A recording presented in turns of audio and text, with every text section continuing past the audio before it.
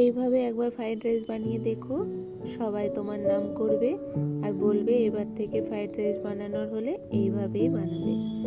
খুবই সুস্বাদু আর ভিন্ন স্বাদের বানিয়েছিলাম স্ট্রিট স্টাইলের শেজওয়ান ফ্রাইড রাইস। চলো আজ তোমাদের সাথে আমি শেয়ার করি কিভাবে বানিয়েছিলাম। ইন্ডিয়া গেটের রোজানা চয়েস বলে যে বাসমতি চালটা আছে সেটা ইউজ করেছিলাম। জলে নুন, সাদা তেল, দারচিনি, লবঙ্গ আর এলাচ দিয়ে 80% মতো কুক হতে দিয়েছিলাম।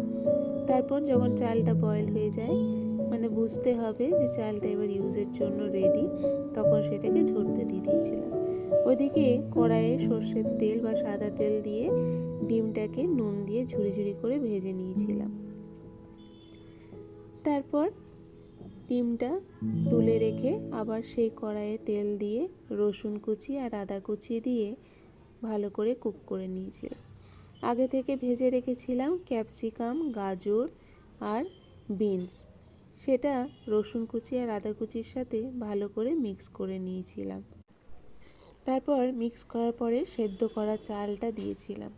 স্বাদ মতো নুন, গোলমরিচ গুঁড়ো আর কাশ্মীরি রেড চিলি পাউডার দিয়ে আর একটু ভালো করে কুক করার পরে ওপরে দিয়েছিলাম সয়া সস আর ফ্রাইড রাইস মশলা।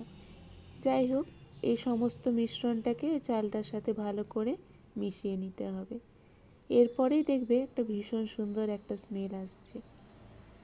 তারপরে আমি ডিম ভেজেছিলাম, সেই ডিম ভাজাটা চালটার সাথে ভালো করে মিক্স করে নিয়েছিলাম। জানো তো, তোমরা যদি চাও তো বোনলেস চিকেনও কিন্তু অ্যাড করতে পারো। আমি যদিও এটাতে দিইনি, কিন্তু যদি তোমরা চিকেন অ্যাড করো তো সেটার টেস্টটা কিন্তু আরও সুন্দর হবে। যাই হোক, এরপরে দিয়েছিলাম 1 চামচ মতো গরম মশলা আর স্বাদ মতো চিনি। সব কিছু আরেকবার ভালো করে নাড়াচাড়ার পরে দিয়েছিলাম চেরা কাঁচা লঙ্কা আর ধনেপাতা কুচি। ব্যাস, বলতে পারো ফ্রাইড রাইস পুরোপুরি রেডি।